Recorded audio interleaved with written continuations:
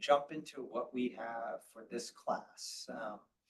We have a lot going on. So we took a topic that we saw our team actually did by Laura and Tom, and we took our own version of it. Their class was called Combating Mental Chatter. And so we put here in theory versus in practice. And we're going to cover some of the theory behind it and kind of dive into two elements of strategies and practice. Now, I usually put an image here for the class, but I just thought maybe putting synonyms. So mental chatter, another word for it is overthinking. I think the outcome of mental chatter often is anxiety, right? Which is a lot of worry that we have. And often we can't distinguish between good and bad worry. And so we can spiral into, I mean, just, I sort of think if like you could get everyone now to become like, who's the one who writes horror books all the time? Stephen King. I really feel like if everyone could just kind of narrate their mental chatter, it'll be a competition of who's going to be the next Stephen King.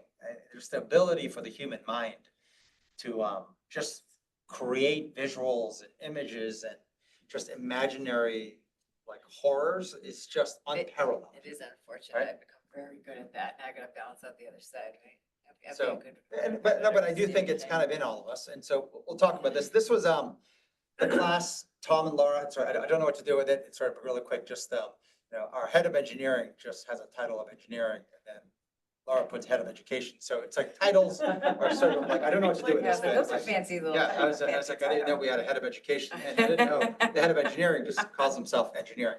But, the class they taught last week, some of the comments, it seems like people found it valuable. I think they're teaching another class later today. So Same topic today? Yep. Okay. same topic. So the topic is kind of very hot. I think very hot in the sense of I think a lot of people are interested in this topic and understanding like help me figure out how to attack it.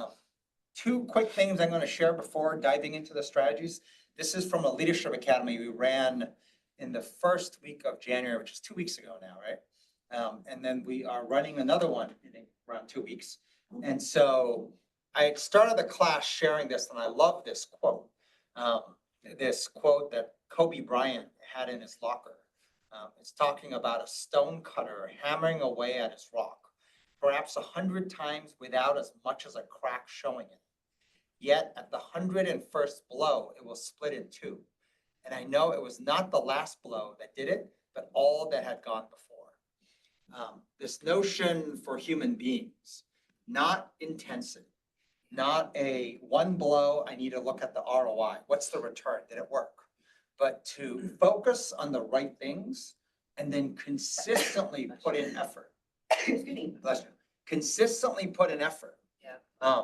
Why? Because it's the right thing. And then when you get the return, which oftentimes happens when it suddenly crosses, like it goes from it's making no difference to boom, it splits in half, gives you all the payoff you wanted. You know that it wasn't that last hammering, but it was the 100 that came before that mattered a lot. And I think of learning, I think of development, I think of a lot of what human skills are these days is very apropos to what Kobe Bryant had in his locker.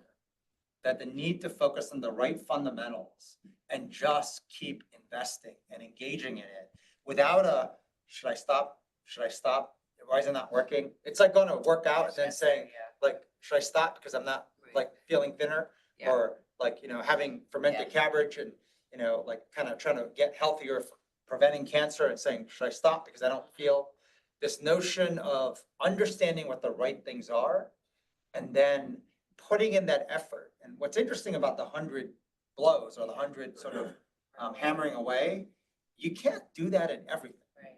And I think the problem right now we face on the internet and all the knowledge that we are in this massive information age, we have way too much advice.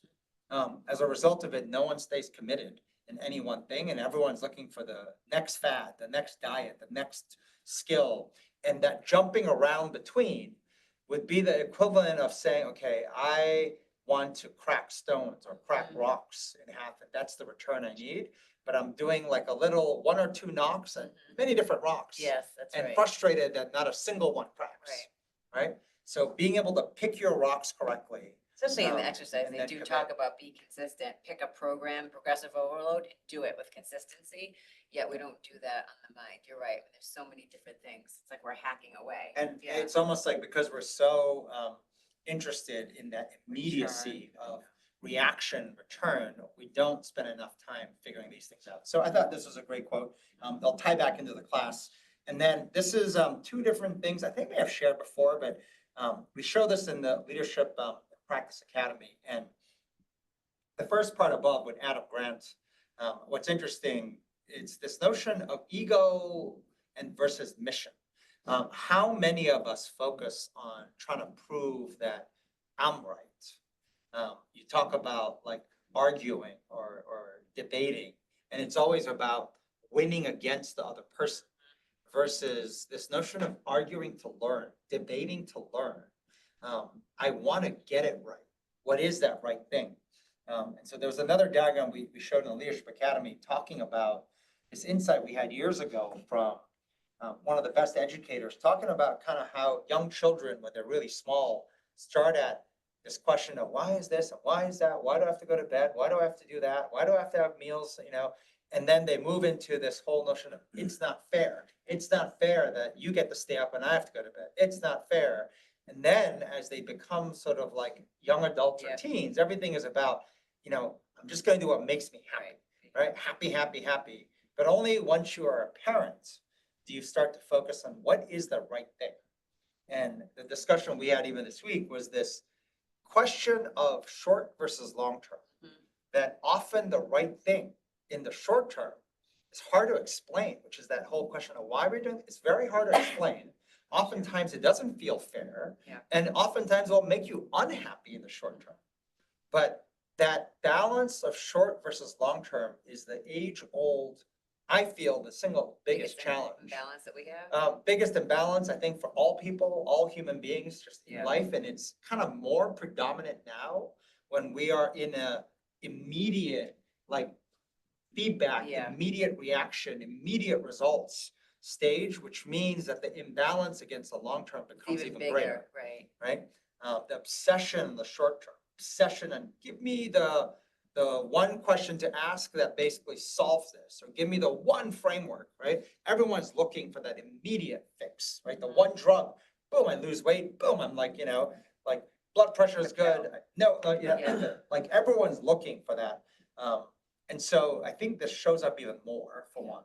But and then combined with this notion from James Clear that you do get better at what you practice.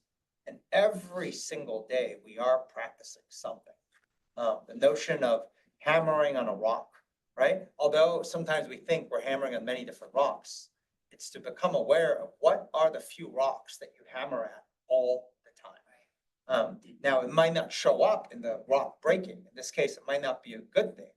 We often are doing a lot of bad things all the time. And one of the things that made me think about commitment. Sorry, I was just thinking about, remember we had that speaker one of the events we talked about commitment, how we're so not commit. We don't commit. Like, I was just thinking, like, because sorry, it was just making me think about all the different fads. Like, for it's sort of like a joke online, right? Especially for at least for women. I don't know if it's for men because I don't get the feed on men, but women over 45, whatever that might be. But just how many different things you have to do. And it's like kind of a joke now. It's like, which one are you going to commit to? You're going to commit to, you know what I mean? You got to do the protein. You got to take care of your kids, but not too much cuddling, but to give them space. You need sleep, this much sleep. You need this many steps. So you need this for your skin. You need that for, it's like, it's kind of like a joke, right?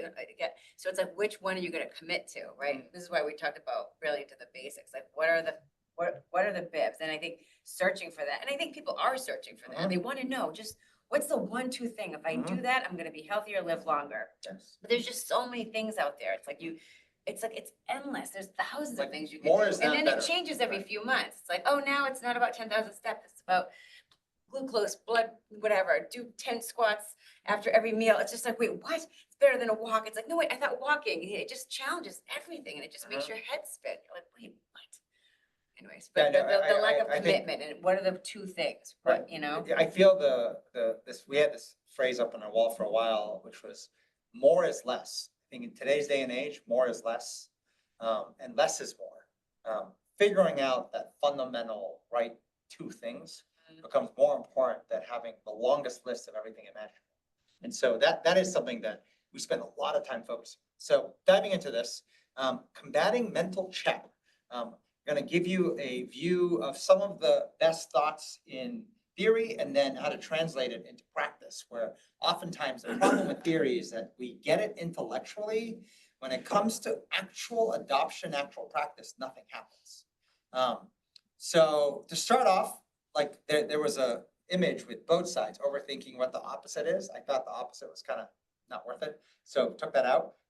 In the overthinking, if you look at this list, I believe everyone could probably resonate against it, right? What if everything goes wrong? I can't stop thinking about this. You know, people say, listen to yourself, right? Well, I can't stop thinking about this. They're like, it's bad for you, but I can't stop thinking. So what should I do? Listen to myself or not? I should have said something else. That happens a lot, right? And then what others think of me. This is one of the big ones that I think is out there a lot. What others think of me matters, but it should be secondary to, do you know what you're thinking? And without knowing what you're thinking, everyone's like, I need feedback. Feedback is good, right? So I want to get feedback from everyone. I'm like, but you didn't really take a stance. You have no point of view, but you're looking for feedback. And this notion of, do you first know what you believe, what you're thinking, before you get reaction? But we're so apt to focus on the audience, on what others are thinking, that we kind of don't know the primary is first, I need to know what I'm thinking and then get reaction. And oftentimes when people say, well, this is what I'm thinking, you don't even realize you're regurgitating someone else's thoughts. It's almost like you've been brainwashed by the volume of isms and stuff that's gone down into your head that you don't even know. That's not your thought. You just repeated what you read yesterday or something you saw in your feed like 6 times. Or what you think you should be thinking. Or what you should be thinking, which is a regurgitation, Yeah, right? okay, fine. It got fed in by someone. I should have been more prepared, right? It happens a lot, right? It's like kind of call it, at least in the United States, Monday quarterbacking. Monday morning. Or yeah, Monday, like this notion of after the fact, you can go and say, oh, like, but did you know before the fact?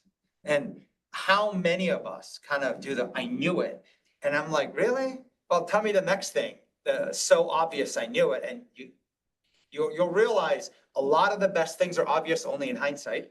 And then I keep going over this in my head, and this idea that if it is, I gotta listen to my head, listen to my mind, right? You're giving yourself permission to do these things, which is ruminating in different ways. And I look at this saying, you know, the general advice to all this is wrong. This whole list is wrong. So stop it. Stop doing it. Right? Just stop Stop doing it. Ah, thanks. Right? You know, I'm just gonna stop doing Yes. that. So I hope we can end the class and everyone feels like, got it, right? Yeah. Oh, these are the 6 things that I keep doing wrong. Just stop You doing know what? that. How's that work?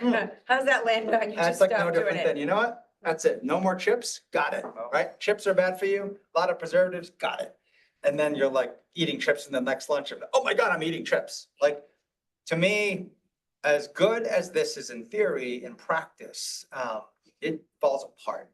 It does not work. And so we need to focus on less. So this is an ongoing journey, but I'm going to give you innovation we came up with fairly recently, ran it through a couple of leadership academies, and it was quite effective.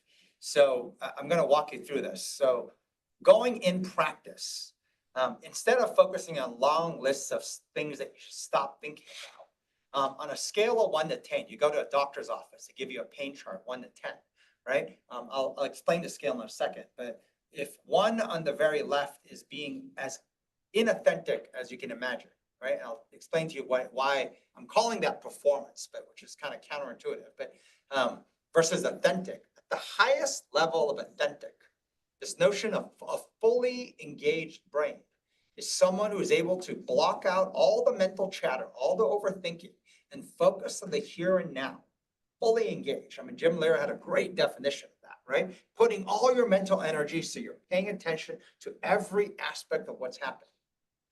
A full engaged individual shows up with two things that show up. And we're calling this the 0-0. 0% hesitation, 0% calculation. When we pick the word calculation versus manipulation and all these things that feel icky, when someone is speaking, they're able to speak with the speed that they can actually talk at, and they're not calculating your response and reaction. So I got to factor that in and what I'm supposed to say and all this stuff. And this notion of 0-0 on hesitation and calculation. And there are different things, by the way, because you can calculate, and as odd and crazy as it sounds, you can get so good in some of your automatic calculations that you can do it with 0% hesitation, right? So, and you can also not have a calculation and hesitate because your default muscle trained in your brain is to go slow. Yeah, talk really slow, right? Talk really slow, play, and actually convince yourself I have no thought, no reaction, because I have trained myself to hold my thoughts before speaking. And I am not saying go to the first discussion with your boss or the first media and just openly do 0-0. No, there are absolutely places where you must bluff. You must be absolutely careful in what you say, speed you say. But the problem is when we don't know how to find our own authentic, actually tap into our 0-0 on a regular basis, you don't realize what you lose. And the thing you lose is actually what I'm thinking. My own judgment, my own thought, like my own strategy, my own approach to life. Yes. And I share this in our Leadership Academy. One of the benefits I've had over the years, and Megan's kind of piggybacked off this, is we have 100 amazing individuals who invested like 25 plus years ago in the company. But they're like the who's who of people. And one of them is a guy named Stan O'Neill. Now, Stan O'Neill, a lot of people do not like because he is most credited for ruining Merrill Lynch. Right? He kind of sank Merrill Lynch, made bad bets, and was the first black brown CEO of a major financial institution, that white collar club, and he invested when he was the CFO, and I got to know him well as he became CEO and got mentored by him over the years. And it's always fascinating to get mentorship directly from someone who made a horrendous public mistake, because they sometimes have like the most amazing wisdom to share, but they're like radioactive, so nobody talks to them. So you can imagine, like when he was CEO of Merrill Lynch, it was kind of harder to go see him. And the times I saw him, it's like going to see the president, the amount of guards and private elevators and everything. But once he actually, sunk Merrill Lynch, like he kind of became a lot more accessible too. But in one of the early sessions they had, and I was very young, elevator doors are closing. This is what he blurts out to me, right? He says, "Charlie, learn to trust yourself." And I'm like, what? And then he's like, nobody will pay the price for the decisions you make more than you. Meaning, if there are wrong decisions, wrong judgment calls made by you, you will pay the price more than anyone, which of course, duh, right? There's going to be a nuances we're going to talk about in a second about the learn part. Sorry. Yeah. And then the second part of it was nuances. Yeah. Said nobody knows the nuances of your own life more than you, right? Nobody. So like as much as we can borrow advice from other people and whatnot, the problem is they don't know the nuances of my life.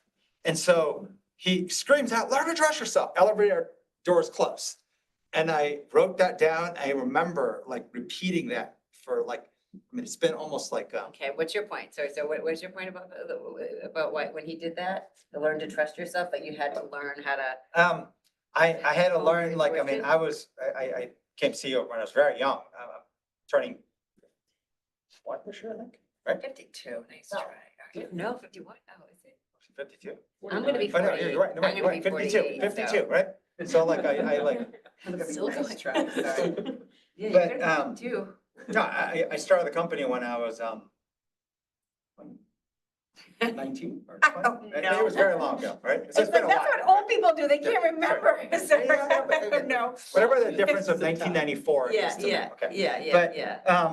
You graduated college in 95. But the point being, this is irrelevant. Yeah, This is exactly. not- What's the point? This is not an old person losing track of stuff. It's totally irrelevant, but, shit, it's all this recorded, right? But, So, what was I saying? I like the idea of the learn to trust yourself. Can I just, before Yes. you, so you can think about what you were gonna say, but like, the idea of learn to trust yourself, honestly, I did not pick up, I've been working for Charlie for 25, working with him, for him for a long time now, with him, or the last decade, whatever, it's a nuance. The learn to trust yourself, the learn part, it's not trust yourself. Learn to, meaning if you trust yourself right now, like, and you're not thinking, I need to learn, keep learning to trust my intuition, because you're honing your intuition, you're training your judgment constantly. I think this mistake of just trust yourself. I like, whenever you would say that, Shirley, I always thought you meant learn to, meaning get in the habit. That's how I translated it. Sure. Get in the habit of trusting yourself. That's not what you're saying. That is not what you're saying. That nuance, that is not what you're saying. It's not saying get in the habit of just trust myself. I know, and nobody will pay the consequences more than me. Trust myself. That's not what you're saying. I feel like that's a very big difference. That's a very big difference of start trusting yourself, like as in train it, get better at it, build a habit. It's learning, this learning part. So can you Yeah, like so, point to that? Because I learn, feel that's the right? nuance. And so like, yeah, I said the exact phrase all the time and everyone heard, trust yourself, Yeah, well, not to learn, Yeah. right? Yeah. And I was like, wait, no, didn't I Right? always say? Am I- learn? I I've heard mean, this a million times. I'm like, like, oh. I've heard it for 20, since I was there at the Stan O'Neill meeting. I remember when, whatever, I heard you repeat what he Yes. said, and I had a. No, so the firsthand experience, I mean, I can't tell you how many, when most of the investors invested, I was 24. And when I'm 24, you have the who's who of people who are like mentoring you. And I had, I would say, unfortunately, aggressive mentoring from 100 different individuals that are like the who's who of people. I mean, the main board member of Google, ranging to like CEO of Merrill Lynch, and there's like 24 people at Stan O'Neill levels. And then there's like, half a dozen billionaires, and then there's like just dozens of like these experts, like the head of M&A or the head of HR of like major Fortune 100 companies. So whatever the topic is, whether it was like acquisitions or whether it was legal or finance or HR, I mean, talk about coming over the top of like, you don't know what you're thinking and talking about, you listen to me. And I'm like, of course, and would do exactly what they say and would turn out horrendous. Yeah. Right? And at the point that Stan said this to me, I had why do all these great mentors give such horrible advice that like, and then like what I felt was force me to do, and then when it's wrong, Sounds very they good to kind of me. like, no, but I'm saying this is Forced the way. I had to do I what don't they know- said. I don't know if You sound- learned. Does this sound familiar? Is Yeah, this what hey, I hear all the You know, time? yes, but No, but what happens is like, I mean, the level of force they had on me as a See, you went CEO. through what we go through. No, but the level of force that they put, A long time ago. right, long time It ago, is when I true, walked though. uphill twice. The number right? of times you would say, I had to, they told me to. I'm like, Yeah, but they're you not running don't, the company. you don't understand the pressure when you're Oh, being. 24. No, sorry, Miss Hey, 47, hey, right? hey. But I love that you don't understand. you don't understand. when Sounds you're familiar. It 24. takes one to know one. Kathy, I know you're 30, but when you're 24 and you have like, say, the head of mergers and acquisitions at Chase tell you, you have no idea what you're doing. And I'm like, yeah, absolutely not. So to do this acquisition, you follow exactly what I say. And then when I try to go a different route, they say, I will report you to the board, to the investors and get you removed as CEO, right? Like I said, the level of aggressive coaching and mentoring, and this is not an exaggerated story. And then when they botch it up and I go to them saying, and then they do well, I didn't know all the nuances. I'm like, wait, what? Like the notion of how many times and dozens of this repeatedly to then hear a guy who like, like kind of ruined Merrill Lynch to say, learn to trust yourself. And I'm like, wait, like me, listen to myself at this young age and having to almost build my own blueprint and learn through this, like on one hand, tremendous advice, but like just knowing that these nuances are like kind of in me to figure out before getting their feedback, before getting their reaction. I mean, this is like a very, very hard lesson to learn. So kind of going into this is what the framework we use. 1 to 10. I put performance in the left, authenticity in the right. Deliberately pick the word performance. Performance is what makes us do one of these, what I'm supposed to do or what I should do. According to who? right? Because whoever gave advice had a certain situation in mind. Yes, that's a But really good. your way to say it. situation is your situation that has nuances of all sorts and things are moving very fast. So if someone was to be in that spot and make that decision, right? I don't know the advice you're forcing in is the thing they would say to do. And if they say do it and they see it was the wrong one, they would make an adjustment. And that's upon you to now make that second decision of adjusting. This is why, this makes so much more sense to me now. This is why you're really good at receiving feedback, seeking feedback, because you've paid the price of, if you don't share enough of the situation, you're gonna get bad advice. I'm not saying that makes you say, I'm gonna take your advice, but the more you can share, the more you can impart on someone of what is going on in your head. It's why you are like super like, I can't think of the language. It wouldn't be like verbose is like a negative way to say it, but informating. Why you do that so much is because you want everybody who's working with you to know as much of what's going on in your head so they can make a more informed decision or reaction, piece of feedback to you. Yeah. That's why you do that, because the risk of not doing that is then you're gonna take advice on bad information. You didn't give them enough information. You Right. didn't share enough of the nuances. You maybe didn't process enough of the, which is why you'll go to many people. You're constantly seeking, feedback and reaction. Yeah. But not everyone's equal. So But not there's a lot of everyone's people I equal, yeah. actually avoid, right? Yeah, I don't want your reaction feedback, but Right. But this notion of this chart, and so we ran Leadership Academy and people went through anywhere from like 9 to 11 different workshops and working with all different people, which call it module 4. It's solo decision-making and uncertainty, not team. And in that process scored their own score on hesitation, 1 to 10, and calculation, and then scored whoever they were partnered with. Sometimes in a group of 6, sometimes, just one-on-one. And then started plotting every score. And now Tom is working on the analytics on this. So this next Leadership Academy, it's going to be less manually done, but there'll be graphs and charts and analytics for you to be able to see your own score and how the team is scoring you real time in a course of 2 full days.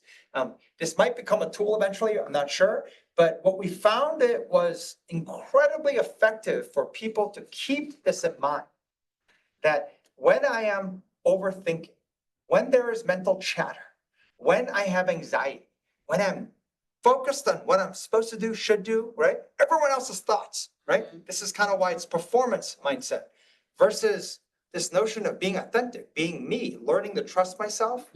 You're getting closer to 0 and 0, how difficult it was, how nobody hit a 10 on any of the scores, nor were given a 10. But it made everyone realize, wait, this is much harder than I thought. Now, here's the part that's interesting, that is rarely understood or talked about in practice. When you talk to another human being, and there's a sixth sense, sometimes a word choice they have that makes you, even strangers, feel like they're focused on performance and they're not fully authentic. We call it LHF, lying, hiding, faking. It generates hostility to the other person. You know that feeling of, wait, you're not telling me everything. There's something you're leaving out. Why'd you pause there? Why are you picking that word? Why are you picking a headline I read about as opposed to, I'm not sure that will be your word choice. You feel something's wrong. The NQR, not quite right, hostility. On the flip side, when you talk to people who you feel like this, they're like see-through in the sense of they're not hiding anything. They're telling you their thoughts and whatnot. It generates psychological safety for others. And it's fascinating, this emphasis on others. One generates hostility for others. The other one generates psychological safety to others. And even in the course of our academy, as people switch partners and teams, what's trying to come out in the analytics was, there's some people I felt more safe to kind of just openly think and talk unfiltered. And the others I felt less safe. There was this nuance of understanding these pieces. So we're going to keep experimenting and finding more on this. But this simple 2-0-0 question we found to be a lot more effective to help to identify and even work on your mental chatter, overthinking, anxiety, than going through the whole, take a deep breath, don't overthink, right? Please stop thinking that way. Don't say that, right? You should, like, don't regret, like all this stuff. I'm like, just in my view, I think they're worth as much as that image is on the left, throw it out. Focus on something that's much more effective in person. So in practice. So strategy 1. Strategy 2. So let me just look at the chat for a second. Sorry, Emily's saying I haven't read this. This is really hitting home. I've worked with leaders who are at a grad school lexicon and totally had zero psychological safety within the team. Yeah. Oh, Emily, yeah. Emily, if you want to unmute. Yeah, tell us more.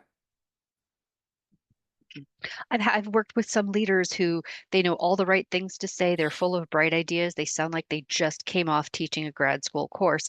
However, that lack of, I'll say, the authenticity in it, it wasn't necessarily hostility that was brought up, but it was like a, oh, we're here to fill the slot of saying the right words, and we're not actually working together as a team to achieve a goal that we all feel comfortable with. It was like, no, you filled the spec or you didn't fill the spec. When what we were doing was much more nuanced. It was much more service oriented. And to align that use of language and that way of presenting, that not trusting oneself with the establishment of psychological safety, it's a strong connection for me in my own experience. Yes, and I think Simon Sparks, you're the one who put it in the chat lab. One of the last, psychological safety people feel is like an entitlement, like people should give it to me, create it for me. Yeah. No, it's completely the reverse. And this is an insight that very few people understand. Like nobody owes you psychological safety. Now, by the way, if you're a 5-year-old kid, totally different. I'm talking adult to adult right now. Right. As an adult, nobody owes you. You're not entitled. But what people don't realize is based on what I say, what I do, I can actually inject psychological safety into any situation, any team, any organization, or I do the opposite.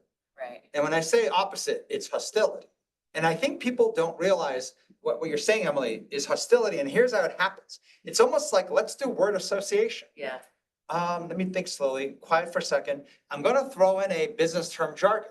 And then the next person that throws that in. That's the thing. It's very contagious. Now it's like, well, I don't want to be the one who's just going to say the blatant kind of plain English straight talk, because everybody else sounds really formal and picking their words and they want to sound like a consultant. And, the performance speak that one person does triggers it in another person. Before you know it, it becomes almost a competition of who has better performance talk. Not like I'm trying to solve a real problem and this is complicated as hell, right? And like, there's so many nuances we need to discuss and put on the table, and they're all half-baked thoughts and things. But why are we going so slow? Why are we carefully picking our words? And why is there a feeling like a board game going on the side of performance talk multiplied by someone else's, and then someone's pat on the back? I love that. I'm going to write that down for the next time I hear it. I want to use that one. It like kind of becomes, and then there's a weird part where the person who's really trying to solve the problem is like, why do I feel unsafe to say something here? Right? There's something I want to say. And if you ever say, what do you want to say? Unfiltered, just say it. Right? They're like, what they would say is, it feels a little dangerous to say it. I might get retribution, retaliation, and what they can't quite describe is it feels hostile. Yeah. Right? And I don't know why, because these are my colleagues or my friends, but it feels hostile. Right? And the flip side is when you don't even think about that. When you have psychological safety, the thought of hostility doesn't come up. You're maniacally focused on the mission, as in the problem at hand. And you're trying to just figure it out. It's like you're trying to take the hammer and just keep banging on the rock. Yeah. You're not like, wait, did I hold the hammer wrong? Are you judging my grip? How would you hold it? What should I do? Wait. And this is the kind of stuff that you can only see it and feel it when the stress is up, and unfortunately, and ambiguous work. As it gets harder and harder, that's more. I would disagree. See, I agree with you that when the stress is up, it's harder to find your 0-0. But you can automatically do a kind of James Clear's point. You can practice not 0-0, but you can do whatever 100%, right? 100% annotation, 100% calculation, so automatically that you don't even know when you do it now. Yeah, it's just your automatic. As soon as you open your mouth, boom, that's what happens. as soon as another human being enters the room, right? Enters a Zoom call, whatever, any interaction with another human being, boom, it's instant performance. So baked in that you don't even see it. And so when you say, like, it's not even tied to It's not mission, just the mission like, stress. and it's the the- reason it's why. It's the teams, it's a Well, person. and well, that's- I focus on who, Yeah. and the reason is this, you know, that phrase of what do others think of me? It's not as much of an issue when there is no others in front of me. Right. It's the minute another human being enters the room. Why, like, you know, all the sports coaches we work with, I don't know why I'm so great in practice, or I'm so great when I, you know, shoot on my own, or like swing golf clubs at the driving range, but why when I go out and play in the course, like, why does my game fall apart? It's because another human being's there. Suddenly they get to observe me, and now I have the mental chatter in my head worrying about what you're thinking of me. Like, and so the entrant of a who creates that perception, the issue, the optics that just spirals out of control. It happens so automatically we don't even recognize it. And we don't even recognize that, like, the best friends in the world we have usually are the ones that is showing up way on the right side with 0, 0, and that's why you love it. And you don't realize where it's not about them, it's that you don't have the muscle trained enough, and you don't realize how automatically you are injecting hostility into situations where it's kind of difficult stuff you're trying to solve, difficult missions. Yeah. All right. So second strategy actually is very cool.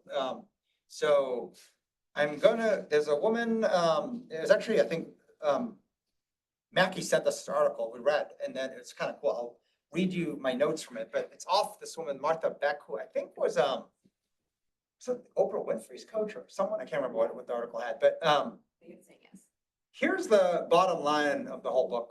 So you can audiobook it. You can also now ChatGPT, give me the 5-bullet punchline. I think the punchline that should come out is that anxiety and creativity have inverse relationship. Meaning, when you have more anxiety, you're less creative. At the same time, if you drive up creativity, your anxiety goes down. It's like a, what? If I can practice and rep being more creative, my anxiety will disappear? And the answer is yes, but in theory. So everyone goes into, that's it, I gotta go come up with some art project, like learn to paint, get Play-Doh, like, and so when people hear the word creativity, they think of children and, you know, like all that kid stuff. Knock that out, because that's in theory. In practice, real creativity comes from people on a mission. People on a mission with purpose, going after something, like the rock of Kobe Bryant. Like, you can't stop me hammering away, right? And they're like, I don't know, it's like you've been hammering away like 60 times and nothing is even showing up. Like, they're on a mission. Now, we have a term that we teach in our Leadership Academy called VX.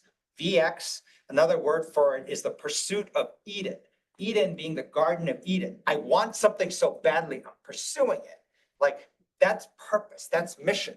Purpose isn't always something so holy and noble. It's like when you say, God, that person's on a mission, right? Like, it's that level of effort and creative, because it's not being an idiot and doing the exact same thing, but they're taking different approaches and whatnot.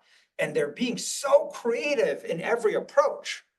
The act of that, you know, when you can't sleep at night because you're like thinking about the project or whatever it might be, like, that creativity is the creativity in practice that removes anxiety. And that is vastly different than just creativity. But the study that showed they were opposites, and that one blocked the other, was fascinating. It's like saying, wait, the cure to mental anxiety in the whole world is that? Getting people to all like find a Garden of Eden type mission that they can't stop thinking about? If everyone had that, you would see anxiety disappear, mental health disappear, overthinking, mental chatter disappear, and the research says yes. But in practice, harder to do. So I'm trying to buy time. So I gotta go to the bathroom, but I'm just gonna move on since you stopped there. So I'm gonna read this. This is hard for you to read, so I am gonna, if you don't mind. By the way, if anyone wants a copy of this email, send an email to megachar@nextjump. Laura was gonna put it in the chat. So I was trying to buy time, so I was trying to do like a little tap dance. But I have a serious cold. That's okay. Me crazy. It's I'm okay. sorry, you guys. So it's not okay. Working on it. I'm hydrating for the cold, so that. It's okay, but not okay. I'm just gonna read you some of the notes I highlighted from the article, so like you can read the article as well. So just really quick, someone Beck, right? Anxiety and creativity have an inverse relationship. Turn one on and the other turns off. It's like, wow, right? But remember, we live in a world that is basically externalized structure of the anxiety inside our brains. Meaning the moment we're in touch with the world, we get spun into anxiety again. So how temporary is your, oh, I feel less anxiety. And then the minute you bump into another person, read something on the internet, boom, anxiety back up, right? So unless we have a really hard anchor into something else, basically you can't stop anxiety, and that something else is creativity. So anxiety is not about what's here. It's about what we think could be somewhere, someday, maybe. So there's no limit to it because there's no rest from it. You know, this idea that our brain's like, well, okay, that could happen, maybe, maybe, maybe. You can come up with an endless list of stuff, so there's no bottom. And it's not real. And you can't cut between what was real that started the bump versus like what, so anyways, it goes crazy, right? I put all kinds of notes on it here, my thoughts. Let's see, doesn't track time, it's interesting, right? Creativity has no time. In the same way, when we do this exercise of VX, which is around Eden, there is no time. It's a longing of what you want, right? People who are on a mission, they're not focused on, well, I have to get it done by this date and this and that. Keep the goals, right? But, you know, it's a simple, keep it stupid simple, like have a time frame. They all like, you know, you want to go to the moon by this time. And I'm like, go F yourself, right? My Eden isn't that. I'm pursuing it no matter what, right? There's no declared goal to some like, you know, grand poobah of management. I'm just getting this done. That's like, anxiety has the same thing, right? It like kind of time's blurred out. And so you're like kind of mashing time all over the place and, you know, cherry picking all over and like your head can't make sense of time. Creativity, as in purpose and mission done the right way, same thing. The match, yeah, you can't put the purpose in time. The time is a huge distortion when it comes to anxiety and making stuff up. There's a little note here I think that's awesome. Alternative to that is nature. Nature exists in an ecosystem. You know, one of the big projects we have is creating the modern day blue zone, and we're describing it as an ecosystem. It's no different than seeing gardens. The well-built garden doesn't look like all organized. It looks like just wild bush, but like all the things are helping each other in weird ways, where the pepper plants keep the bugs away because it's spicy from the tomato plants, and like this, it's a crazy like kind of how to build it correctly. And when you build an ecosystem correctly, like everything thrives, which the same thing works in gardens, but so for human beings. Let's see, the energy is actually desire. You have a natural desire to fulfill your destiny. That's the VX energy. Stop anchoring yourself in structures that are collapsing and start investigating your inherent curiosity, as in what can I make? The idea of mission and purpose. What do you want to do? Like, and everyone's like, today? When? Like, you mean just for the week, for the quarter, for the year? I'm like, no, is there something you want to do? And they can't even answer this question without trying to bound it into the industrial age factory questions that managers ask, right? This is interesting. They found that 2% of adults rated as creative geniuses, yet when they tested 4 and 5-year-olds, 98% were creative geniuses. And it's like, what the hell? What? Did we train that out? Did we train out? Remember the top TED Talk of all time was schools kill creativity, right? And you know what it is? It's not even about killing creativity. It's like this notion of we have found a way to breed out our own judgment, right? What's your approach? What's your thought? Let me cycle through. What's the right answer for this? What's the last talk I saw? What's the last ism? What's the last meme? I'm like, no, I'm asking for your thought. Like we bred this out, right? Let's see. You don't feel creative because they're physically and emotionally exhausted. Rest until you feel like playing, and then play until you feel like resting. Then repeat. I said, love this. This is exactly how we work, how we built this whole office and business, this notion of burstiness.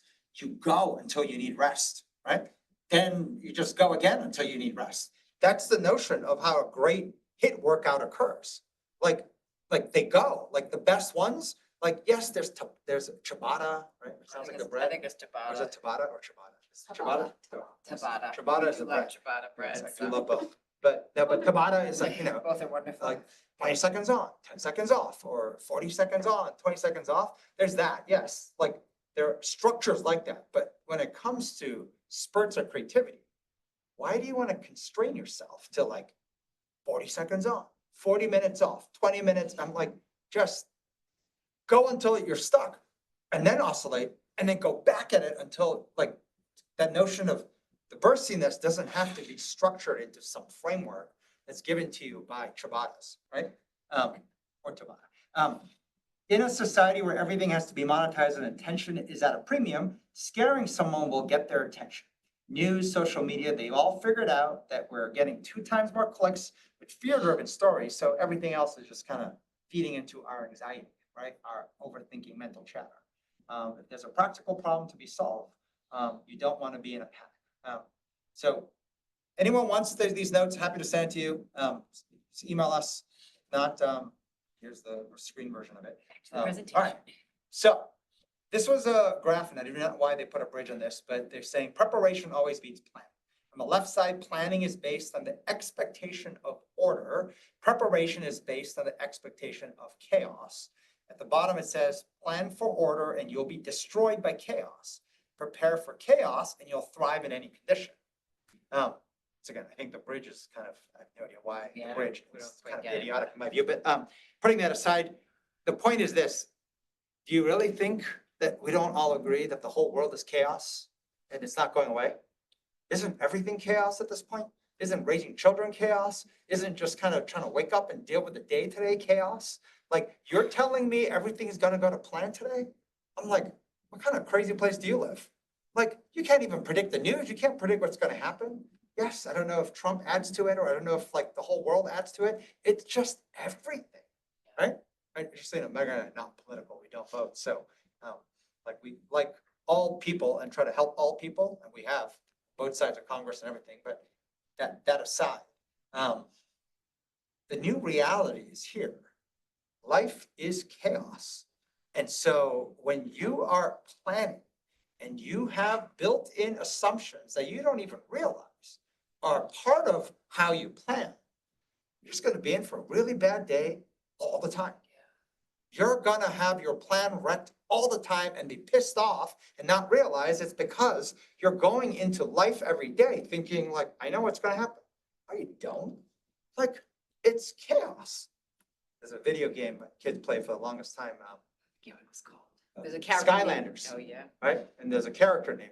The most powerful one at the very end is called Chaos. So everything is chaos. Chaos. Right? So if you ever play the video game, it's like, every time you say it, that's all I can think of. and it's the most powerful bad guy that shows up at the very end. Chaos, right? Like, so like, I'm like, But it's a good point that when you plan for order, right? And I think that, where Agile came from, like that term Oh, yeah. Agile, which you've all heard of. Yeah. JJ Sutherland, you can tell the story. You could, go ahead, yeah, so we met with, the Scrum. If you like the word Scrum and the yeah. word Agile, Yeah, the people who invented it. Father and son duo, the father invented it. They're both named the exact same name, which I don't know why people do that, but JJ Sutherland, so we met with the son. The father's much older. See how he's just saying everything that's going on in his head, zero hesitation, zero calculation. So you're like, I don't know why people do that, right? It's like, But like, I'm like, anyways, why do people do The that? Anyway, father say came up whatever with you it want. in World War II because he was a fighter pilot, and fighter pilots that went into battle with a plan, almost 100% perished. The only ones who did not perish are the ones who basically didn't hold a plan. They may have had some general approach. I like the word Yeah, approach over a plan. right. And the only ones that came back are the ones, and it sounds like this JJ Sutherland led a team of people and kind of like helped prepare them for unknowns, which is kind of how do you prepare for an unknown, right? Like, first you realize that I can't have a plan with all the assumptions baked in, and they're the only ones who survived.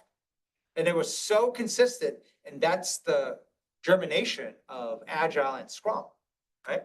The only way they survived, which by the way is identical to Stockdale paradox and all stuff we talked as well. But diving in this a little more, I like the phrase on top, by the way, mission first, people always. And the reason why I love this phrase, we got from the military, is that can we be adults and talk about all the stuff is because we're trying to do something, as in mission?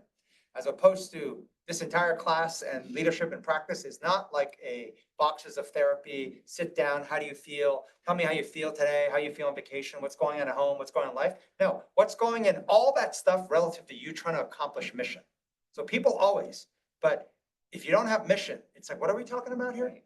So, Well, it's so- endless stuff you could talk and about. what happens and why I put it with this diagram we're coaching team here this week is when I think about this notion of expectation of order versus expectation of chaos.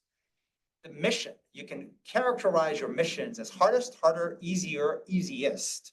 And so we take teams through this in this new leadership academy. But the harder it gets, you're gonna feel more chaos. Like usually the higher you go up in mission difficulty, you will see the feeling of unknowns and chaos kind of rising. And with that comes a greater degree of hesitation and greater degree of calculation. And it's such an automatic, you don't even realize it, that to train yourself to actually speak, think, move at the speed of 0, is a repped muscle. And most of us suck at this. And why I put on the right progressive overload for all those in your muscle-bound strength training class, right? You want to get strong. You're always pushing for progressive overload, as in trying to do harder and harder. Because what I see constantly is, well, I seem to do my best on the easier stuff.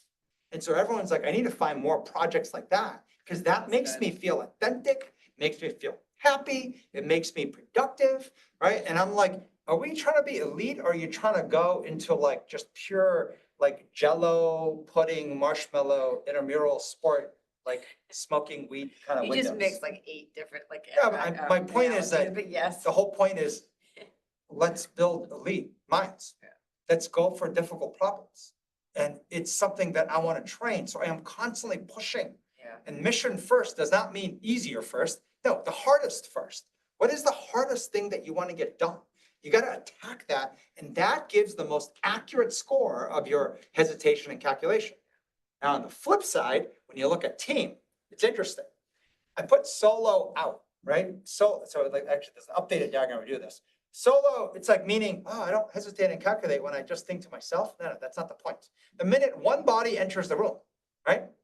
Like your hesitation and calculation start shooting up. When it goes from one person to now teams of 4, 6, it goes up even more usually. Now it goes to like, say, all the people on my team, it goes up even higher. Now I add external bodies into it, strangers. It could be on the internet or just kind of, now it goes up even more. So to recognize what is the range of easiest to easier, harder, hardest, so that why? You can train. You can train. And the score that you want to read is not how well you perform, right? Bless you. In the easier, the most accurate way to get a score on a human being is to score at the highest degree of stress, the highest degree of difficulty. That gives you your most accurate score to then train. It is something that Jim Lear had shared with us years ago, that stress is literally what produces the true score in human beings more than anything else. So find your score, desire to find it so that I can train. Not like so I can feel shitty and then I avoid it all the time so I can feel great and happy when I go easy. Like, so,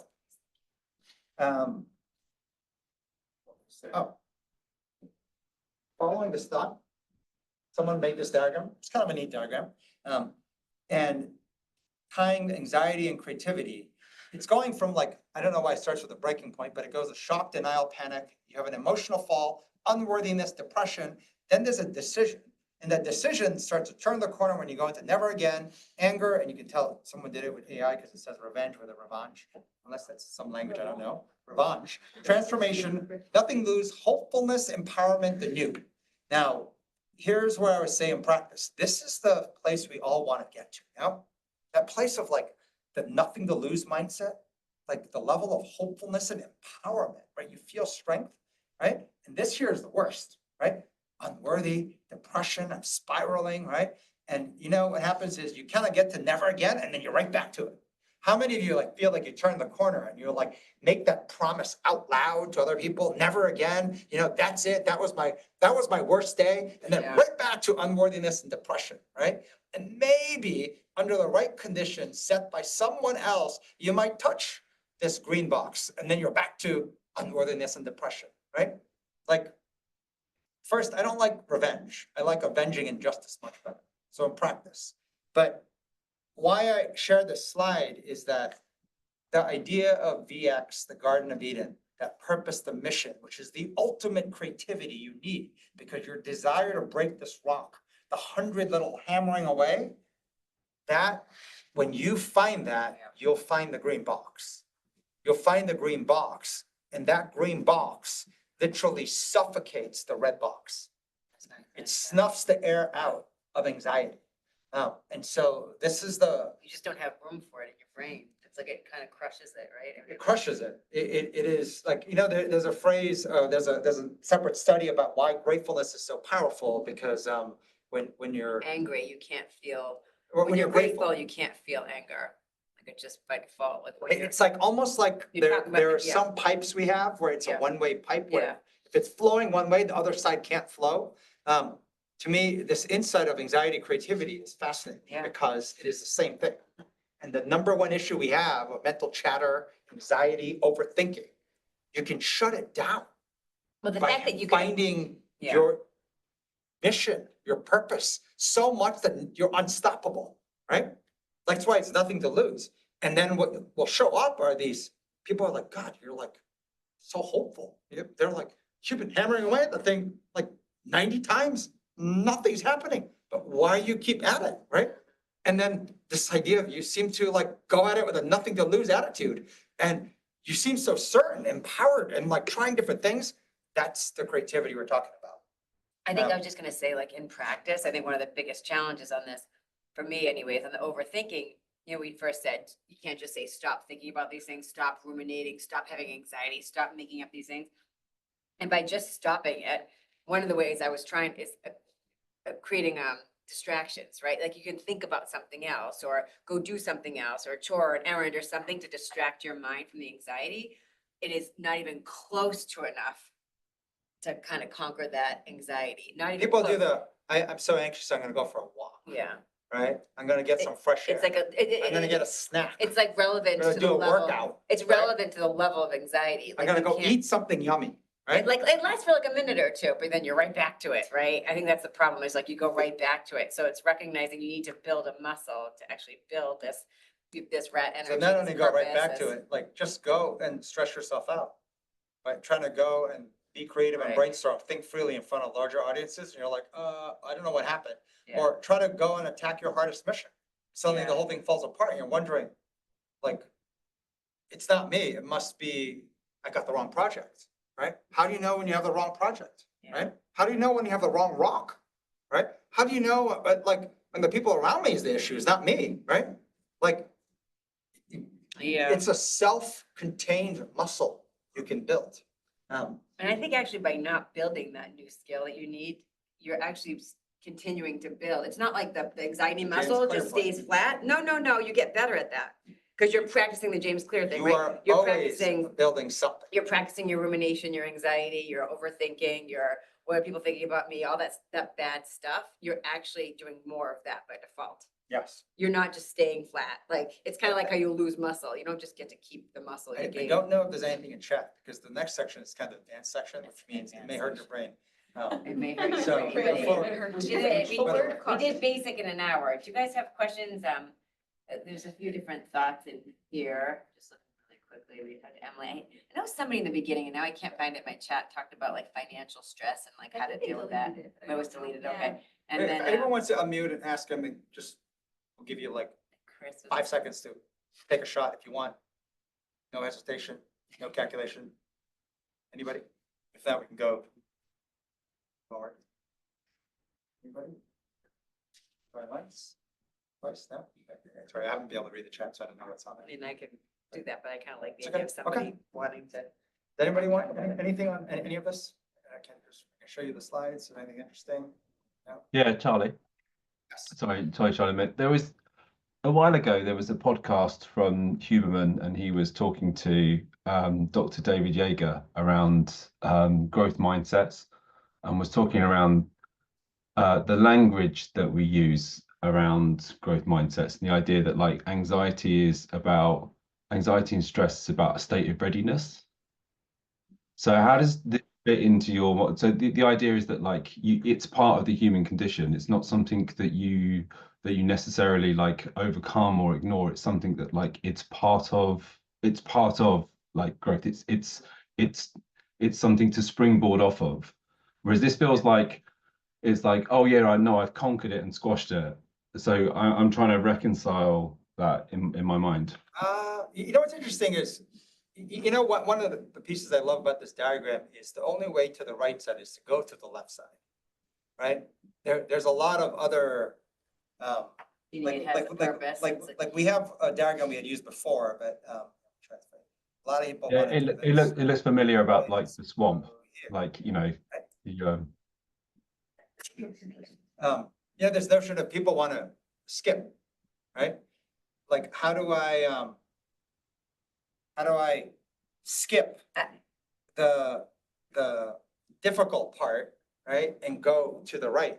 To me, the way I look at it, chaos and life and difficulty is already at you. It's not avoidable because Right. unless you want to go and just hermit yourself in some lone island and decide to just remove yourself from all human beings, society, internet, everything else, it's just an unavoidable part of life. Right.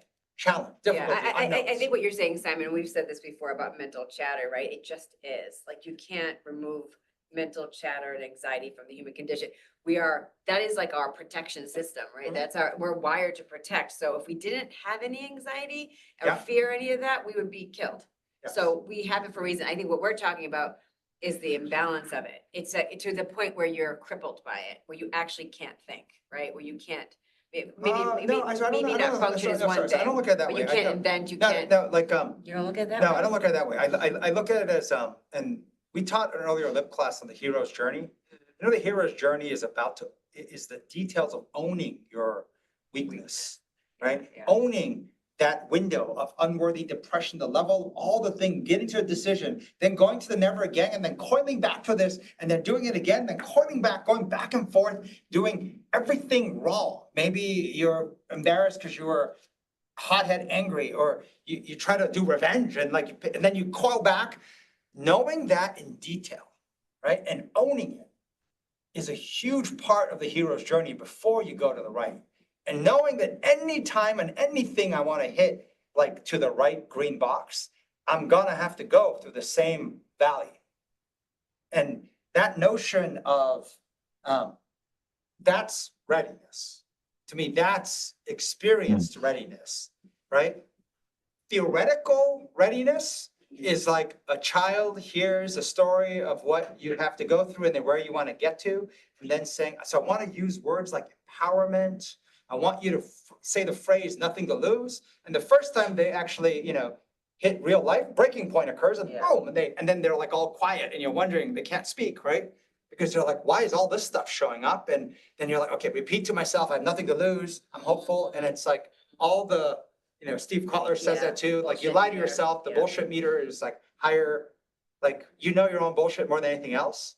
And it's to realize like owning that weakness. Yeah. Kind of even when I shared the story of, you were trying to make fun of me that I went through all that stuff. I can remember in detail. Yeah, I can remember in detail before Stan O'Neill and even after said, learn to trust yourself. I can tell you in detail the wrong things I did. Not with shame and embarrassment, but like knowing yeah. that is what Got it you. took right. for me to understand the phrase, learn to trust yourself. I did not think for a second I could have skipped all of that, right? Yeah, Like skip tuition and go straight to learn to trust yourself from the guy just because I got lucky enough to get the CEO of Merrill Lynch who sunk Merrill Lynch and then gave me that advice. So wow, why couldn't I skip those first 10 years of my life? No, that's why like my strength comes from that experience. And so there's this odd element of learning to embrace the struggle and remember it and almost document in a level of detail. So when I retell the story for myself to others, the hero's journey notion is that that's where my strength comes from. Like my authentic empowerment, my authentic hopeful nothing to lose comes from experience of knowing like what bad looks like, and even knowing how many unknown versions of bad will show up. But like, I know that's what it takes to build that strength. And it's no different than physical workouts. Takes that pain to build that muscle. So who was that? John? Yeah. Can you hear me? Yeah, Oh, sorry, it's echoing here, but it just makes me, sorry, this is Greg. It makes me think of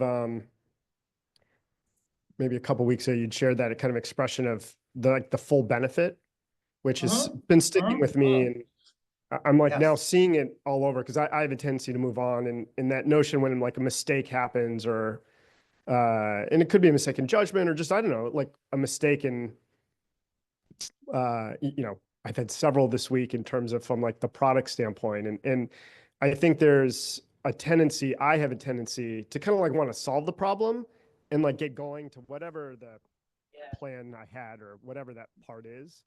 But there is something I don't about know why If you went quieter all of a sudden. someone's trying to mute you. the mic was maybe cutting off. I was saying like I have a tendency to kind of like want to solve the problem, kind of get through it, and then kind of get on.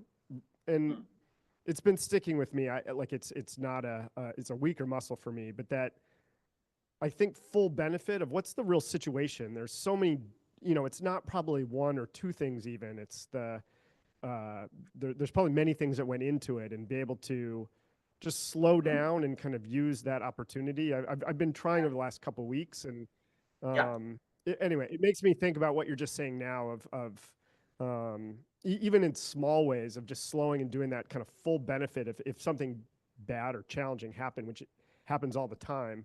For those of us that have a tendency to want to rush into kind of what the next thing is, there's a cost to that. Yeah, and so just full benefit, we got from Rob Olson, which I guess is a common phrase that Navy SEALs used. When things happen, just make sure you get the full benefit. And this idea of when bad things happen, that's tuition. Yeah. And if you pay tuition, right, kind of what parents would say, make sure you freaking learn something. Yeah. Take full advantage, go to class, don't skip this and do you know how expensive it is? Get the full benefit, right? Like go to the parties, but study, do this, take advantage of office hours, full benefit, right? Now, I remember there was like a 6-month window. We spent a lot of time with Josh Wakeskin, who was like world chess champion, all this stuff. And we talked a lot about the thematic errors that occur, or said another way, the repeated problems that occur in our lives. And it tends to have a theme by individual. There's a problem that tends to repeat. And if you can find what those are for you, can you imagine the benefit you get of being able to either reduce or eliminate that one so you can find the next repeated problems?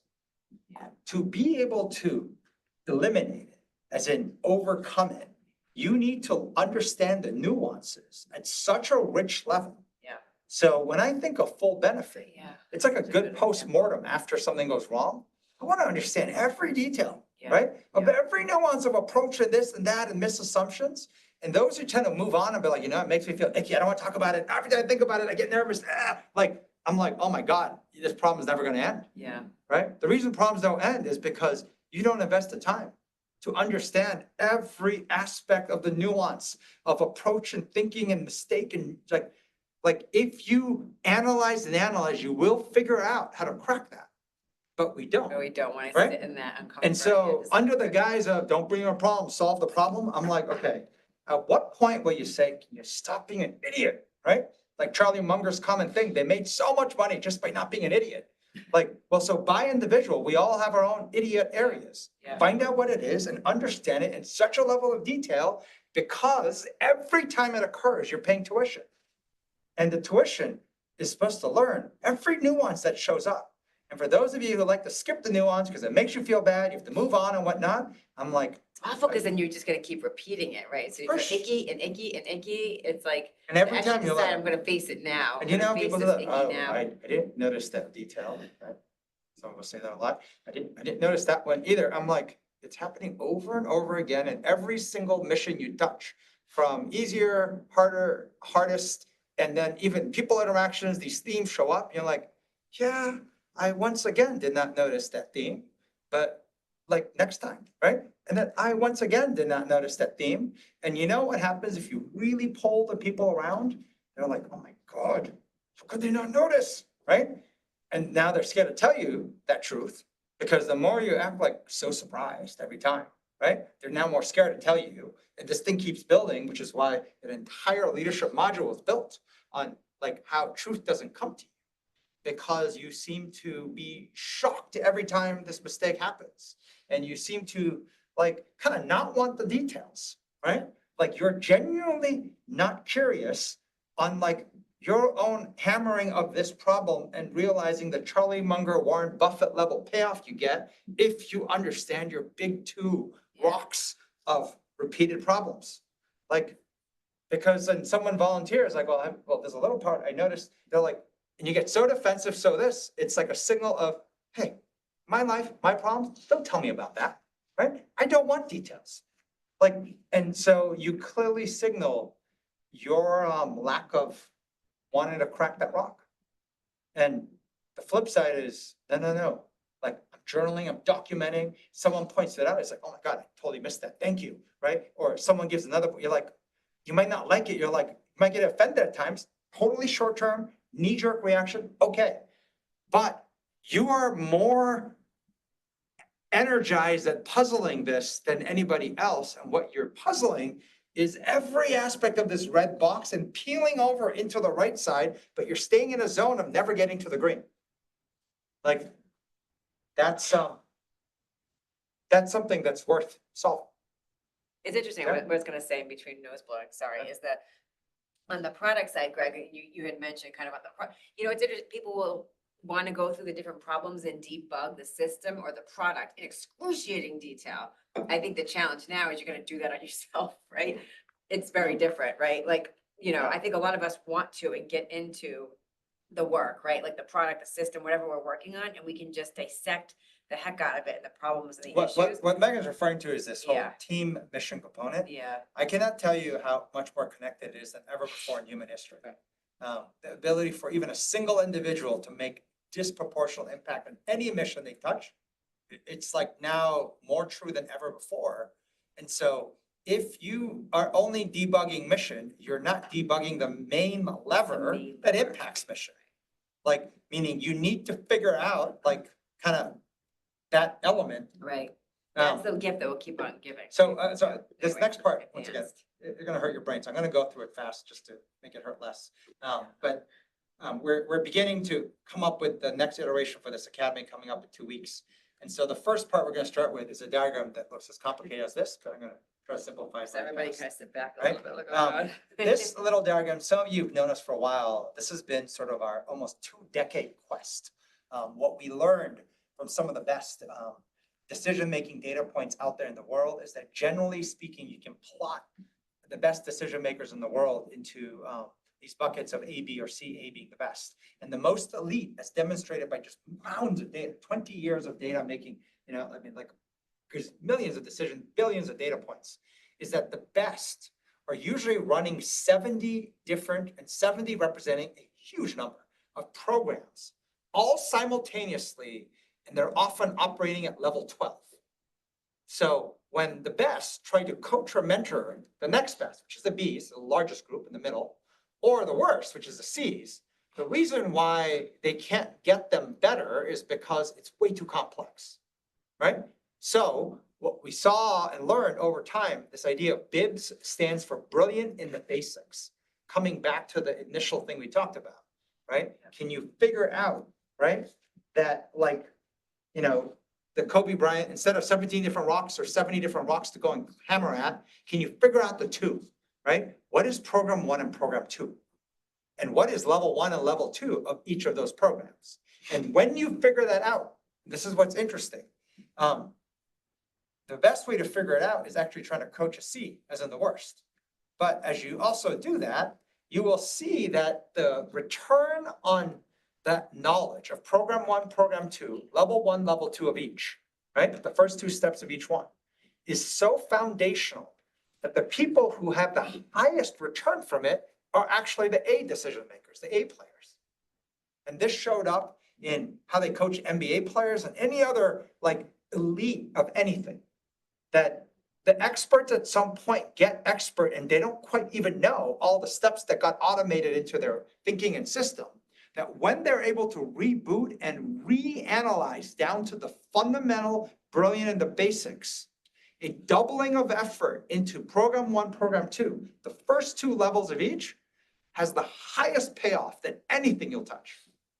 Like, it's like just wow level stuff. So 20 years, literally searching for this. When it comes to human judgment and thinking, I think we got close.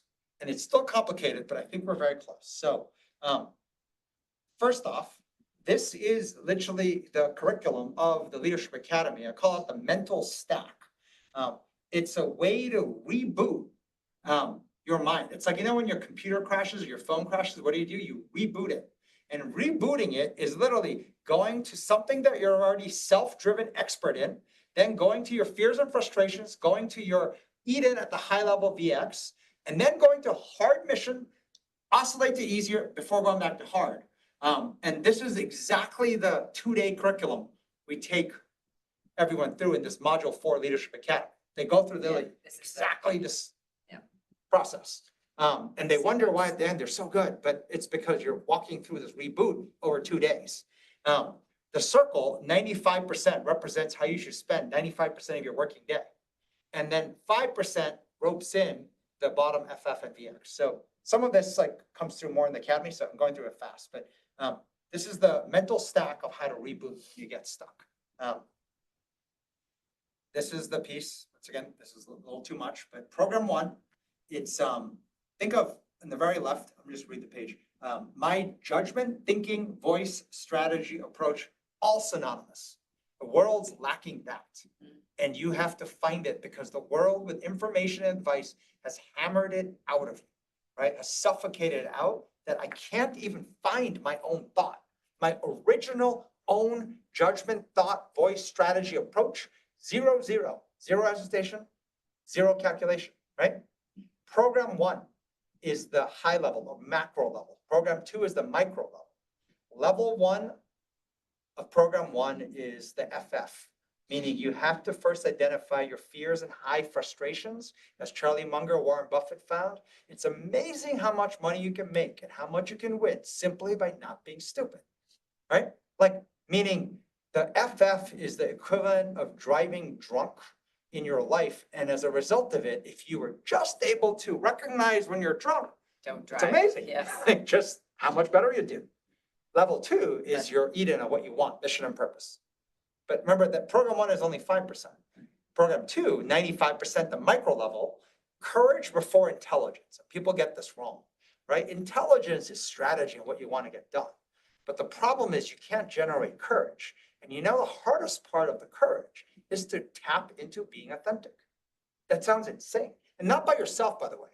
This is why you need another human being. I don't care if it's a stranger, right? The ability to just rapidly go, right? And find 0, 0. By the way, I put a little minus with no mission. I am not talking about finding your 0, 0 with no mission, right? That does not belong in leadership and practice. That belongs in hippie land. That belongs in vacation. There's places for finding your 0, 0 authenticity when there's no mission, right? But I'm talking about. You're saying that's easy. It's not even easy, but I'm saying that's not what I'm talking about. So those of you who want to talk about all the stuff that I hit 0, 0, I don't care if you don't have mission in mind. I want you to think about whether it's military, whether it's a really stressful job thing that you have to do, right? And with the mission in mind, I want to know your score. Without mission in mind, I don't really care about your score, right? You score great. That's fantastic. Sit on the beach, sip your margarita or whatever, or pina colada, and talk about how authentic you feel. Great. But when it comes to working on the hardest thing in your life, right? Dealing with stressful, difficult people, including your bosses or whoever, finding your 0, 0, right? Is what matters. Or you get 2 boxes of strategy. And why this comes up is the green part I circled here, level 1. This is on Mondays, what you got to practice the most. This is the James Clear rep practice. This is so much harder than people ever think. So that's this summary. But I'll leave you with 2 thoughts. These are 2 of the best engineers we've had in Next Jump's history, just writing back and forth with them. They have very big jobs now. We're inviting them to Leadership Academy, and so I'm just going to read kind of what their response was. Yeah, lots of crazy things happening in the world of AI, and we definitely have interesting times ahead of us. In short, it doesn't directly affect our work per se, but many of us have started using AI and whatnot. But the highlight here is this, the skill required now to leverage them, right? Like Leverage all AI, these right? AI tools is being able to ask the right questions. And next jump, we used to call it probing, right? Now referenced as AI prompts. You know what? Ask better questions, right? Not regurgitate answers. Like the idea of be curious, prompt better, right? We talked with the individual who built the cybersecurity unit of the CIA. And his point was like the reason why engineers are going extinct in essence, and the analysts are the ones trying to rule the world, is they're the ones trying to like figure out what they want to do, right? And the engineering is done, right? If you're following someone's order, you're getting replaced. But if you're the one, right, wanting to build something, right, pushing like my thoughts, my strategy, my voice, that's the jobs that will survive. It's called prompt engineering, or someone called it probing. Like it's my thinking, my approach, my strategy, my voice, my judgment. That is the skill. So this individual is talking about basically that's what we've been training at for Next Jump forever, right? It's funny how it's all coming around. Another individual, right? Think with all the changes in AI, engineering work, the human judgment, leadership, decision-making work is going to matter even more and even faster, 1,000%, right? This individual runs a large team of engineers now and said they can basically talk to Jarvis, that's Tony Stark, Iron Man, right? To help them with everything. So why are they still getting stuck? Why do we still miss deadlines? I think that Iron Man plus Jarvis worked because Tony Stark had the vision and knew what he wanted and also what he didn't want. There's a judgment leadership muscle that's untrained. And somehow AI make the problem more obvious because there's less of an excuse for someone to be stuck at something explicitly technically. Like it's moving so fast that you no longer can use technical expertise or lack of as your reason for non-performance. The reason you can't get something done is because you don't really know what you want to get done. So interesting. I think Right? it's so well said, the Tony Stark, the Jarvis, just the vision, knowing what he wanted and didn't want, that's the discernment, that's the trained muscle, right? Of your opinion, your judgment, your independent point of view. And without that, you can't build something awesome. It's fascinating to put it like that. Yeah. Iron Man, Jarvis, you always talked about. It's coming true. No, so I had a bunch of stuff in the parking lot, but it would make your class go for another hour. So Not today. there's a lot of stuff we're iterating on and working through very fast. There's some cool stuff. I think our team in the next academy will show the team what they've built using AI. It's fascinating. They figured out using, I mean, we probably have the largest database of human feedback that's been used and given in performance, and then used it to actually help AI coach how to make better feedback. AI coach how to better process your emotions. There's a lot of cool things there that they've done, which by the way, like it has a place, but I cannot tell you, you can't replace human beings.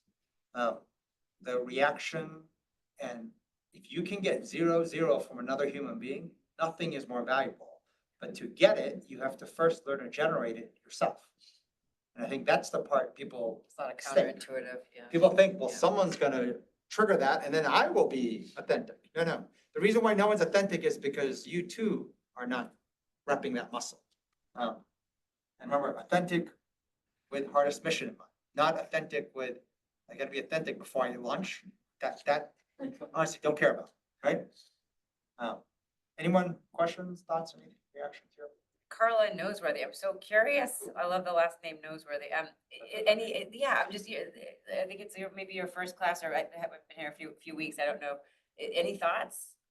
It is my first class. It's a lot for a first class. We've been Yeah, teaching since it was. Yeah. 222. Or 220. 220. But it won't be my last class. I can, That's fantastic. it was very interesting to me. Where do you work, Carla? I work at Steelclad in Georgia. Georgia. Okay. We're a snowing facade there? construction company. Okay, yeah.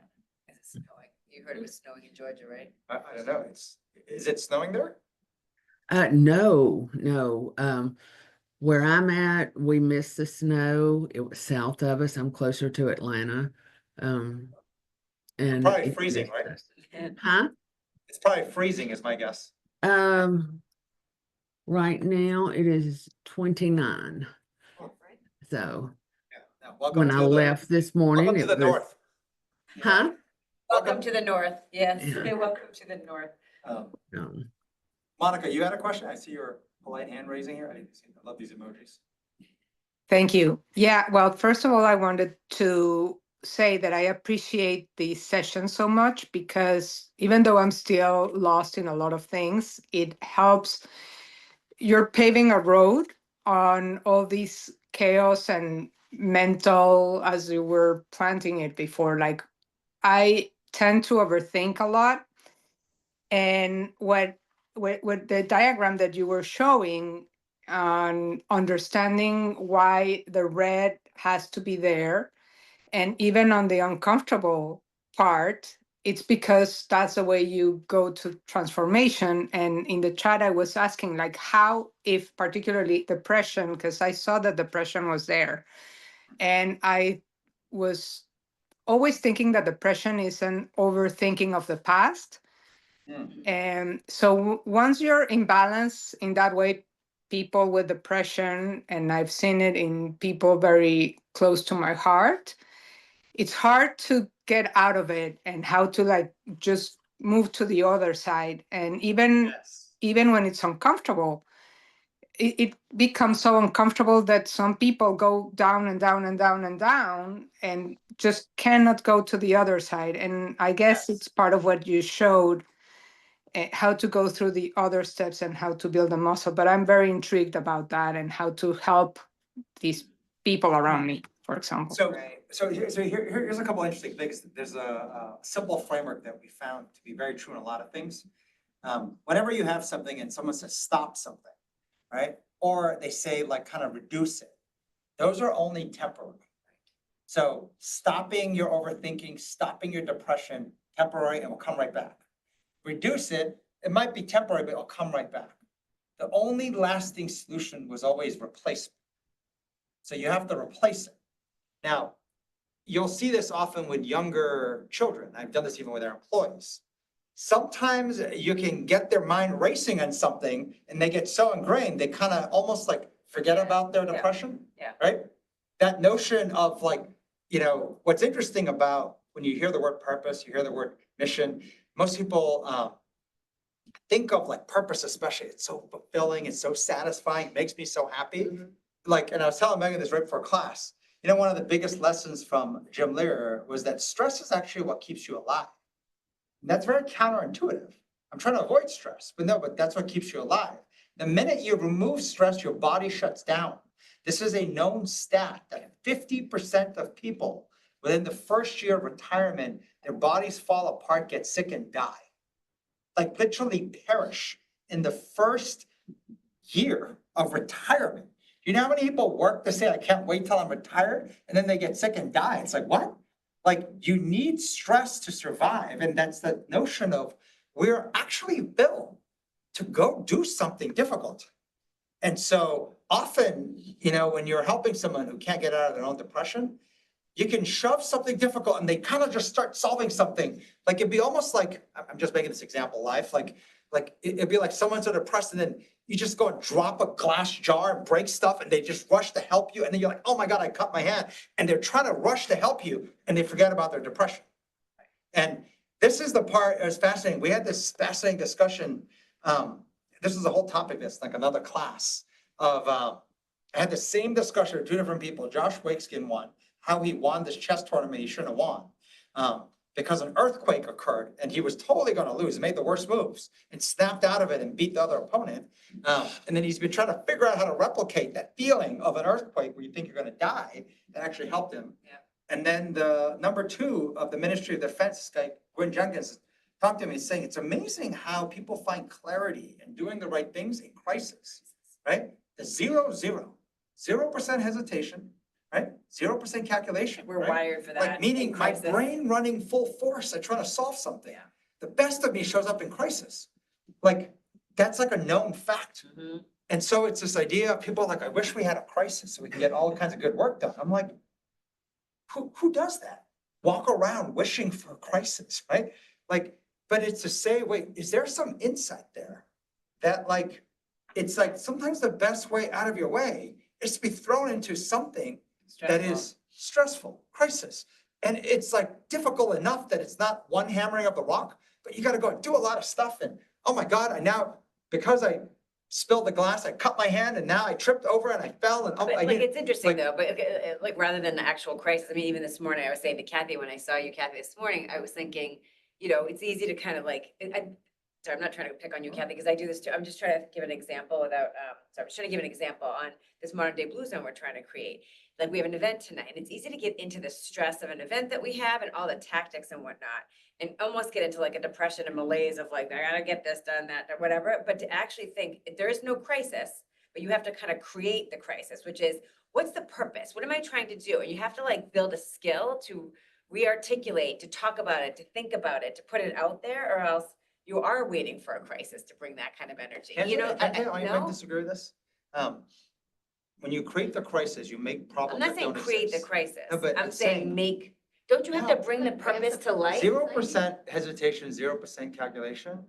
Yes, it shows up in crisis, but that does not mean that it only shows up in crisis. No, but I'm saying, how do you create the same level of like, You train the urgency. muscle, meaning a Of- great sports athlete of does 0, not 0? sit there like narrating crisis to generate 0-0.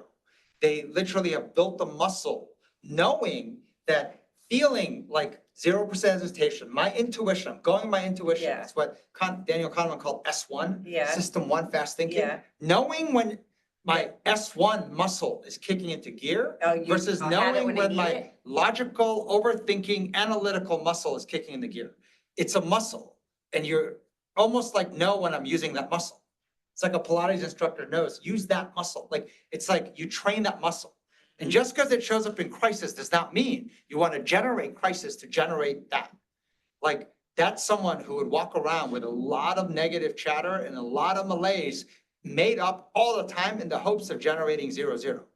And it's not. Instead, it actually makes you really creative at coming up with Stephen King novels. Yeah. So no, I don't think that. I wasn't saying to narrate a crisis. I was That's what saying, you said though. You're creating the crisis to get ready for the event. That's not how you get ready for the event. Like, the way I look at it is, I was using the example of Monica's answer. If Kathy can't get out of her way, right? She's spiraling in depression, right? I'm telling her mission, this and that. yeah, Like, I'm saying I can generate or a crisis occurs. You'll see Kathy maybe snap out of it because her mind is like, oh my God, like everything is boiling, falling apart. Yeah. And then suddenly, like after it's done, like she'll look less depressed. And it's because of this thing Yeah. that happens in crisis. It sucks Right, you in. right. And you might even laugh about it. Oh my God, can you believe like you drop that and then you cut yourself and then the pot boiled over and then a little thing it's amazing someone depressed suddenly got out of it. Yeah. But to me, like that was an insight. Like Josh Waitzkin Yeah. didn't need to find earthquakes to Right. actually figure out how to win chess tournaments. He was trying to generate it in different ways. I don't know if he ever figured it out, but this idea of that first picture with Kobe Bryant, the 100 ding, ding, ding, like it is worthwhile investing 100 hammers on a consistent James Clear type basis to build the muscle, right? So that you can make this muscle show up, Yeah. right? Crisis or not, you can make it show up because that's what makes your brain think the best. I think it's a mistake. I'm sorry, So I don't think I actually- was saying that to mimic the crisis. I know I've said that before. I was saying like the idea of having VX in mind, which is like No, say but- what the but purpose is. We've talked a lot where you prepare for most things, thinking of everything that could go wrong. And then when something goes wrong, you don't seem prepared. Right, You seem either angry or you seem in shock. right. Like it's not working. That model of generating crisis in your head Yeah, to prepare for situation does not work. We do this as parents a lot, right? Especially moms, right? Like, I'm gonna be better prepared if I think of everything that's gonna go wrong with my child, right?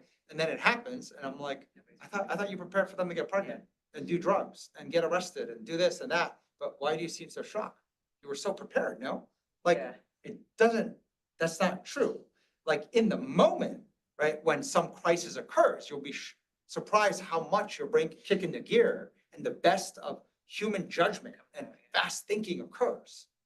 But like trying to make that up in your head doesn't prepare you one bit for what it is. I think that's a flawed mental model that a lot of people have. That worrying gets me ready for the bad world that's about to hit me when I step out of bed. No. Is what you're saying the advanced thing you just presented. Like another way to think about it, like you're working on something, get all stressed out, then oscillate to something that does give you kind of energy and create like the easier project, and then to go back to the hard project. And that's like I'm not following your question. like exactly. is that I think you're talking about like how do you get out of your head and get your kind of energy back, as opposed to just letting yourself spiral. So the idea of the reboot was to say, you can reboot, right? That whole upper part. I think what you would tell Monica But- is, But, sorry, but Monica's question was very specific. It was talking about for a friend. It was a Yeah. for a friend question, right? Okay. Oftentimes you'll find either for a friend adult or you'll find it in children. And I'm saying, we've all experienced this, how I helped them get out of the head, but almost by accident, yes, through an accident, right? That they were part of and they just snapped out of it, yeah, right? So I'm saying, you can see this thing kind of work in its other way. yeah, But for yourself, yeah, the single biggest thing, coming back to that green circle at the very bottom, right? You have to, bring the 0, James Clear level, every week, practice this and build that muscle. And until you strengthen it and make it strong enough, the questions you're asking, it's like, okay, like, you just aren't very strong, but you would like to lift that really heavy box. I'm like, just don't be surprised if you can, right? So what do? You keep training, right? The whole learn to trust yourself. That's what this is. Now, when you learn to trust yourself, what's going to show up is, that's just some horrible stuff coming out of my head, right? It sounds not so intelligent. It sounds so biased. It sounds so incorrect. I'm like, yeah, but you have to keep going. That's how it starts. Everything, it's odd to think that, like, that's what you have to train. my approach to any seasoned person would be like, are you freaking crazy? That's your approach? Yeah, that's the reaction you get on the muscle you have today. But keep going, right? Keep going, keep going. And then once it gets stronger, it will actually, people will be like, wow, that's an interesting approach. Have you considered adding this? You're like, oh, that's really helpful. But we dream of that state before paying the tuition of the really tough part. So you want to skip it. So your question is, how can I skip that part that makes me look like a fool, that makes me feel like an idiot, and jump straight to the hard project and fast? The muscle part, I get it, but you know what? I'll train it, but I just want to jump. I'm like, you're getting exactly what your muscle can do mission-wise, right? There's a whole nother discussion we had, which wasn't shared, but another slide. But I was saying, it's almost like the way I look at this program 2 level 1, the courage part, it's the equivalent of learning how to warm up your voice before you sing. Like, there's a part of learning how to warm up. And so, like, without having that, like, don't be surprised if your voice cracks, or like, you overdo it and then you lose your voice, or it doesn't quite come out. Like, like all great singers are always like doing that, like warming up their voice and stuff. Like, they do it like religion, because they respect and honor, right? How important that stuff is. That courage is the warm up before you apply intelligence. But everyone's like, well, can I apply intelligence? Go ahead, Richard. You have a question? Hey guys, Meg and Charlie, when you're training in 0, does that have to be done with a training partner to get the full effect? Can you do it on your own, or is that going to lead to biases? I mean, so first question, training partner, no. Second question, on your own, no. Meaning, like, the problem with doing it by yourself, when I'm in the shower, like, I sing beautifully, right? I seem to be very authentic.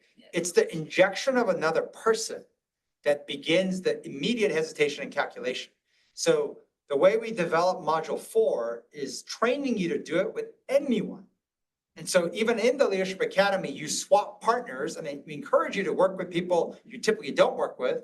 And you're literally having strangers listen to you on your, like, life mission, on your biggest fears, and then the hard projects you're working on, the easy projects.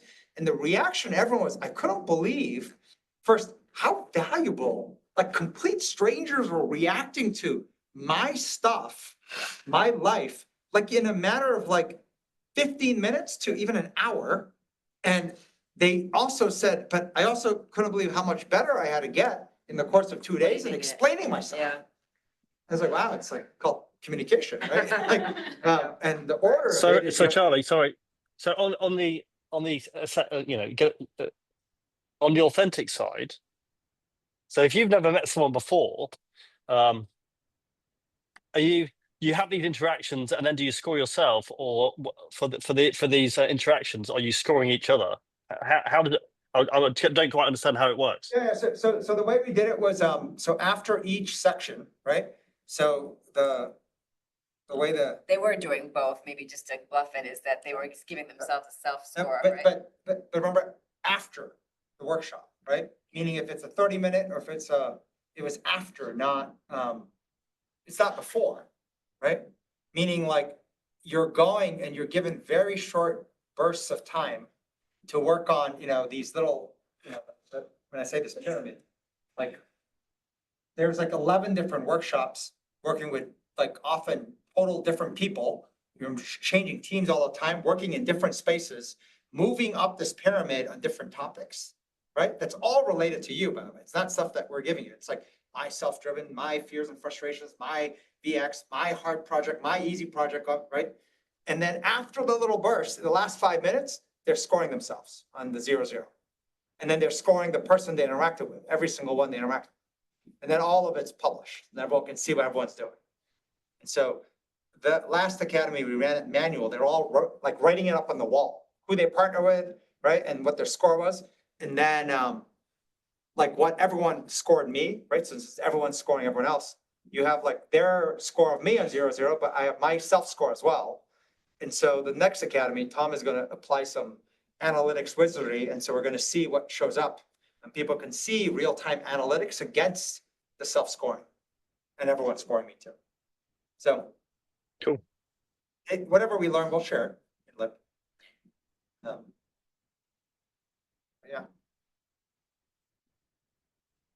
I hope you guys find this stuff cool. I think this is the coolest stuff there is. Maybe on planet Earth, but that's my point of view, humbly. I hope you guys have a good week, and then I think we have Live next week, Yes. right? So Next week. we might have more updates again, since we have a ton of material. And it's iterating quite rapidly, which is good. And I think we're getting close to like figuring out that literally it's been a 20-year journey trying to figure out what is program 1 and program 2.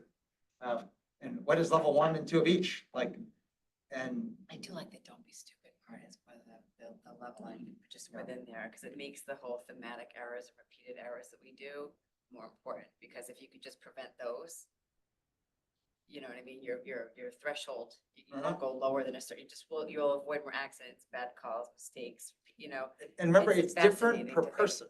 Yeah, it's different That per was person. it's That's the hardest part. If it was the same for everybody, we would just say, here are the 2 things, get better at it. I think Yes. that's the challenge, is you have to figure out what it is for you, Right. which requires your ego to put aside so you can like unpack it, right? And actually Yeah. process it, understand it, accept it, all of that. That's And there's a that's the nuance, hard by the part. way, what's interesting, we're talking about this, we're sharing even in the academy.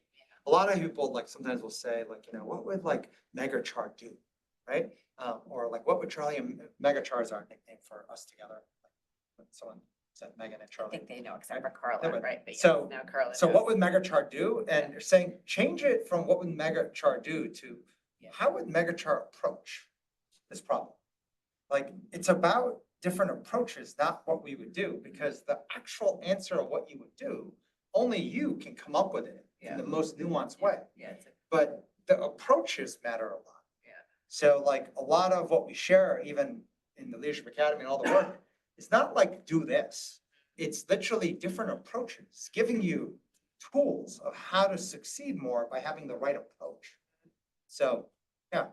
Christina saying this hour of introspection was priceless. Christina, we have 220. Actually, most classes are 2 hours usually, so there's a lot of hours of Well, the good news Introspection. is our head of education and our engineering person are actively going in and using AI. Tom and Laura was saying it's more hours than an MBA, just so you know. for But an they're MBA in actively introspection. going and using AI to not only get better bulleted analysis, shorter, like 30-second kind of clips, and then based on their AI coach, which they are prototyping, it will give you the exact 30-second clip and the feedback you need from 220 lib classes. So that is literally in the works, and I wish they'd go faster, but that's just my wish. Not what they will do, but that's okay. That's okay. I've accepted it.